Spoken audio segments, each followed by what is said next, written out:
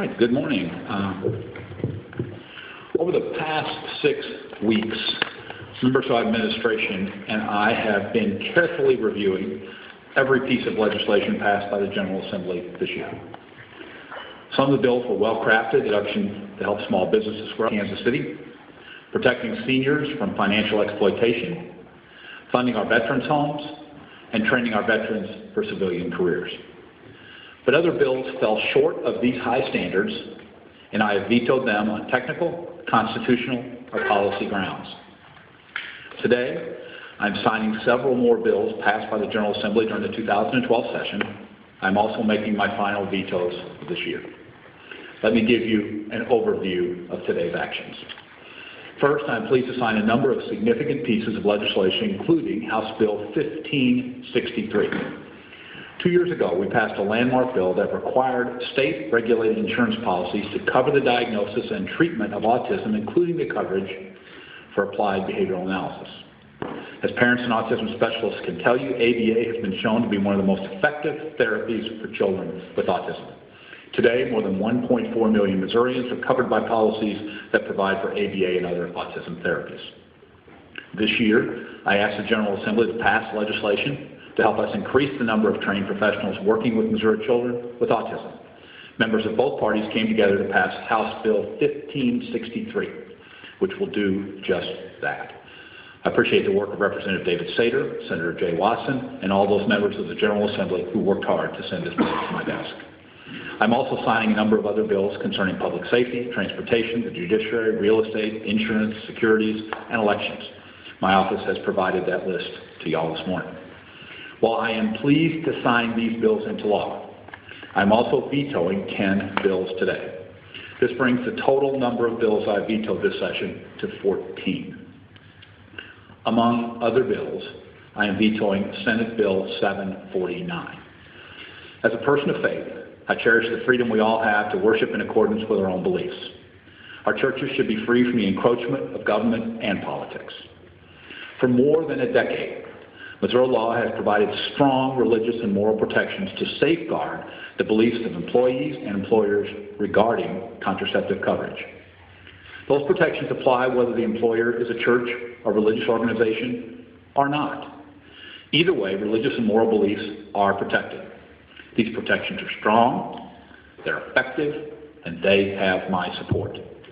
Under our existing law, employees and employers can already opt out of providing or receiving contraceptive coverage if doing so conflicts with their religious or moral convictions.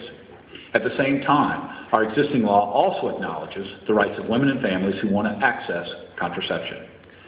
For employees whose companies have chosen to invoke our religious or moral protections, current law also ensures that women and families who want contraceptive coverage can get it, a right I also support. Our existing law protects those religious liberties, and it respects individual rights. The current law was passed overwhelmingly.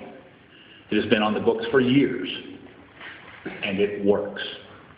The additional provisions included in Senate Bill 749, such as the notice requirement for individual policies, are worthwhile ideas that deserve continued discussion.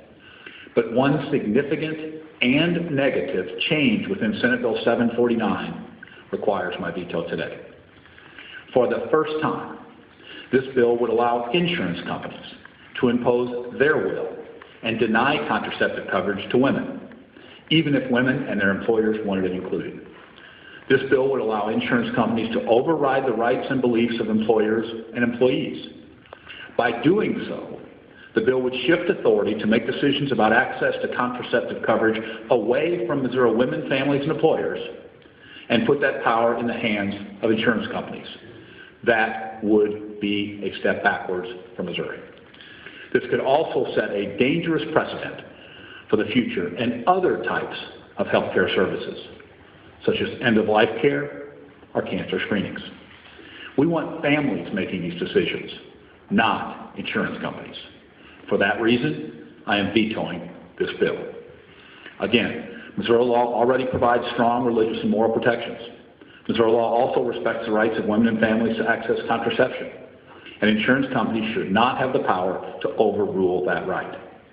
If the legislature were to pass a bill that includes the additional notice requirement for insurance policies without limiting access to contraception or shifting authorities to insurance companies, I would give that bill serious consideration. And I'm certainly open to discussions about what that bill would need to look like.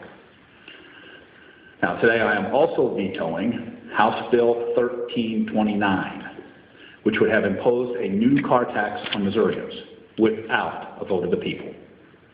As the Missouri Supreme Court ruled unanimously earlier this year, voters have the right to decide whether local jurisdictions impose a use tax on vehicles purchased out of state. More than 90 cities and 40 counties in Missouri have voted to enact such a tax. This bill directly conflicts with the court's ruling and attempts to impose a new tax without a vote of the people. In fact, in jurisdictions that have voted against such a tax, this bill would impose a new tax in direct conflict with the will of the voters. I'm vetoing this tax increase to protect the rights of Missouri voters. I'm committed to continuing to work with local governments, legislators, and Missouri auto dealers to craft a practical solution on this issue, but I cannot support imposing a new tax without a vote of the people. Now, I have vetoed several other bills as well, and my office has provided that full list to you. As governor, I am committed to continuing to work with the legislature to find common ground on important issues for our state. We did that on many issues this year, from small business growth to autism treatment to supporting our veterans. I look forward to completing the bill review process this week and continuing work with the General Assembly and to help our state continue to move forward.